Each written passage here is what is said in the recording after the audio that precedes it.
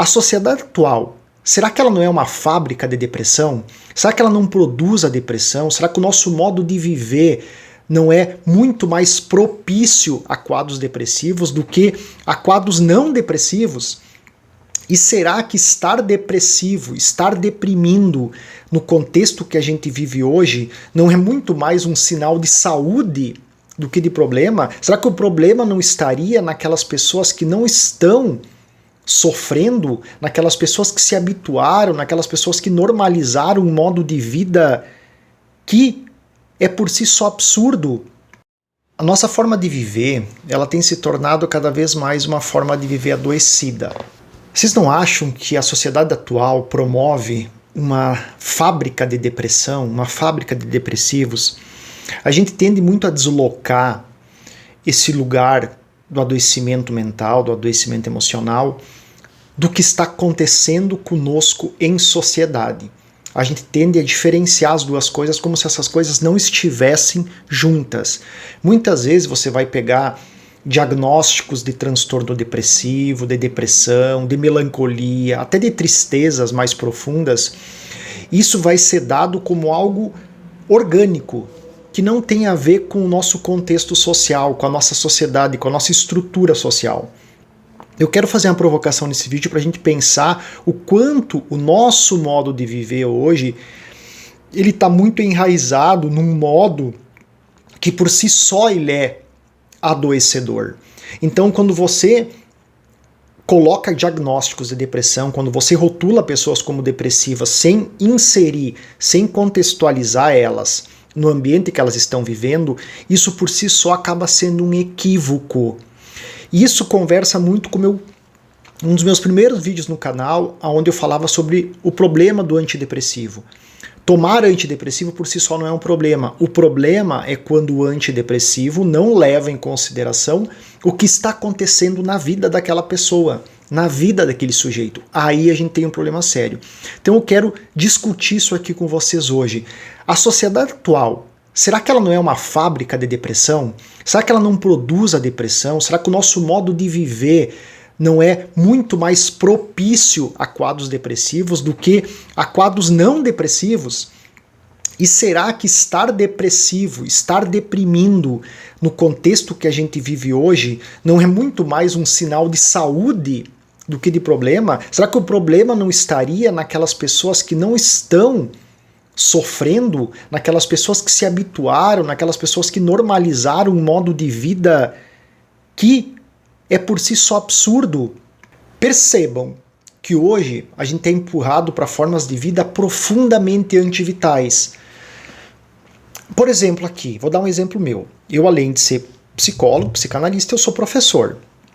O que a gente vê hoje nas escolas, por exemplo? Um contexto totalmente inviável para professor, para aluno, para gestão, para orientação, para coordenação estarem bem. É um ambiente totalmente não salutar, não saudável. É um ambiente por si só que ele é adoecedor. Ele promove o adoecimento. É impossível você não adoecer num ambiente como o ambiente escolar, por exemplo. Por quê? Porque está tudo propício ali para o sujeito ficar transtornado, para as pessoas não funcionarem, né? É ficar enjaulado numa sala de aula, é ficar tendo que dar disciplina para alunos totalmente desinteressados, é ter que controlar os alunos num ambiente onde eles não conseguem ficar, e obviamente que não vão conseguir ficar porque isso é ante a nossa natureza, muitas vezes com conteúdos chatos, com disciplinas chatas, com coisas que não os atraem. Todo o sistema maior, ele não incentiva, porque ele coloca professor e aluno numa posição opressora o tempo todo. Então, pegando esse pequeno exemplo, hoje, em todos os contextos, ou na maior parte dos contextos, somos empurrados para uma forma de vida totalmente antivital. O que significa? Me deprimindo, eu vou me fechando, eu vou desvitalizando, eu vou despotencializando da vida, eu vou me enclausurando da vida. Então, talvez a pergunta não seja por que tanta gente está deprimida, mas como não adoecer vivendo do jeito que vivemos hoje? Como que a gente não vai viver se a gente está constantemente submetido a 1 milhão de estímulos o tempo todo, onde a nossa cabeça não para nunca.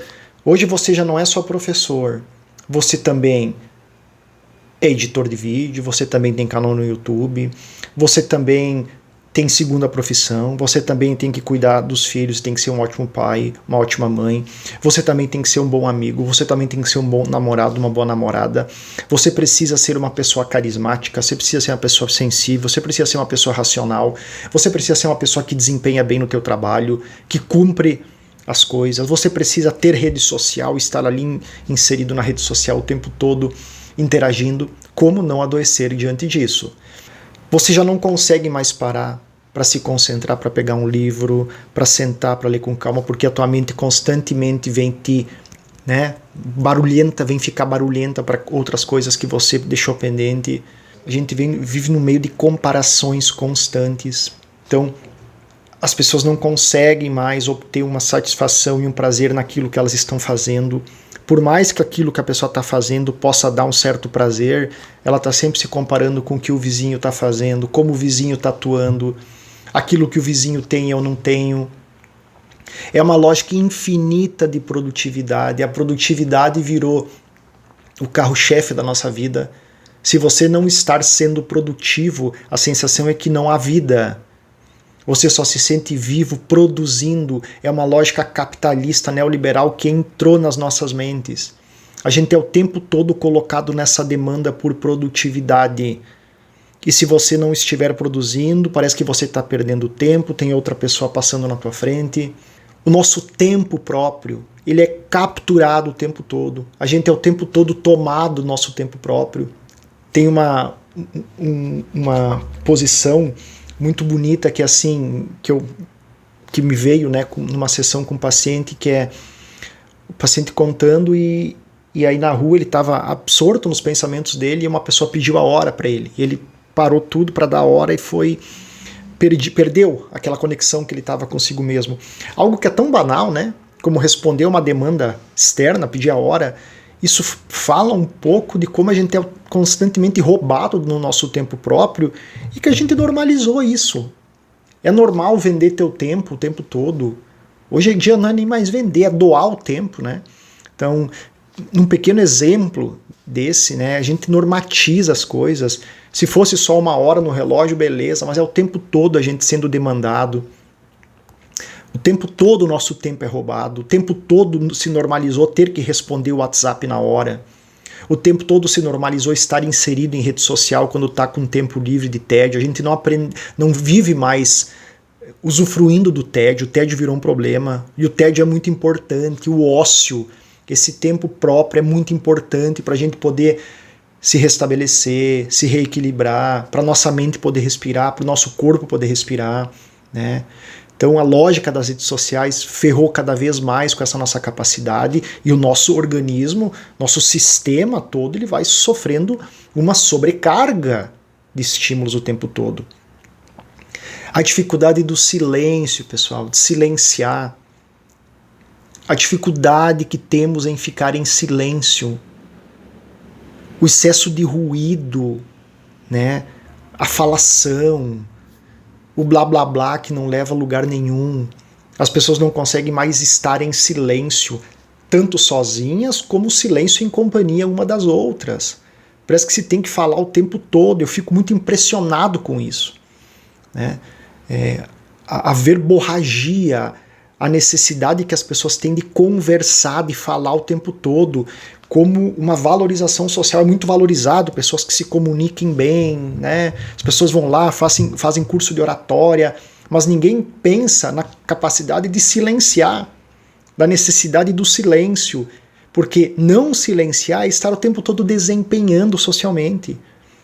Você precisa desempenhar, você precisa ser bem visto, você precisa sorrir, você precisa dialogar, você precisa dar risada, você precisa ser uma pessoa carismática, você precisa ser uma pessoa simpática. É o tempo todo na demanda social, na demanda do outro, se sobrecarregando o tempo inteiro. E não, muitas vezes você é extremamente simpático com todo mundo, você é muito bem sociável, Mas com as pessoas mais próximas, aí você mostra aquele teu pior lado, que é o quê? É o excesso. Aí você descarrega com quem não tem nada a ver, você acaba não se proporcionando abertura com aqueles que deveria, você acaba desvalorizando relações que são de pessoas que são amadas, queridas, próximas de você. Esse excesso de obrigação, sempre estar obrigado a desempenhar, sempre estar sendo obrigado a fazer alguma coisa. O quanto daquilo que você faz é por desejo, é por vontade própria, e o quanto é por obrigação. O quanto é por estar sendo demandado, não só externamente, mas internamente também, a partir de uma força interna, de uma força que está sempre te obrigando a fazer, a desempenhar, a estar próximo daquilo que você acha que seria o melhor para você, baseado numa imagem que você criou e que criaram inicialmente para você, né? E você fica correspondendo àquilo. Muitas vezes, em função disso, as pessoas acabam se isolando. E aí não é o isolamento do silêncio, né? É o isolamento da fuga. É o isolamento de estar desinteressado do social. As pessoas se fecham, as pessoas se deprimem, as pessoas se isolam, que é diferente da solidão. Então aí também toda uma perda de senso de comunidade, de interação real, com sentido, tudo num nível muito superficial. As pessoas se comunicam, as pessoas estão sempre ali, muito mais por uma formalidade, por um desempenho, do que propriamente por um senso de comunidade real, de querer estar ouvindo o outro, de querer conversar com o outro, de estar interessado no que aquilo está me proporcionando. Percebo isso muito na escola, por exemplo, também, né? O quanto nós, professores, estamos cansados. A gente está cansado, a gente está esgotado, a gente está sem disposição para poder investir nas nossas aulas, do tanto de demanda externa que tem também a própria sala de aula, né? As próprias exigências do setor maior, que fica cobrando mil e uma coisa dos professores, e o principal, que deveria ser da aula, a gente acaba não tendo disposição para dar, e aí também há uma perda de energia, uma desvitalização, uma quantidade absurda de atestados por depressão nas escolas. E, naturalmente, a nossa vida vai perdendo o ritmo. A gente vai perdendo o ritmo próprio. O que é o ritmo próprio? É eu poder me ouvir, eu poder sentir o que eu quero fazer, o que eu não quero, né? E nesse sentido é muito importante você, como aquele conto que eu gosto muito do Bartleby, o escrivão, que começa a dizer não para todas as demandas que ele tem, né? Não, prefiro não.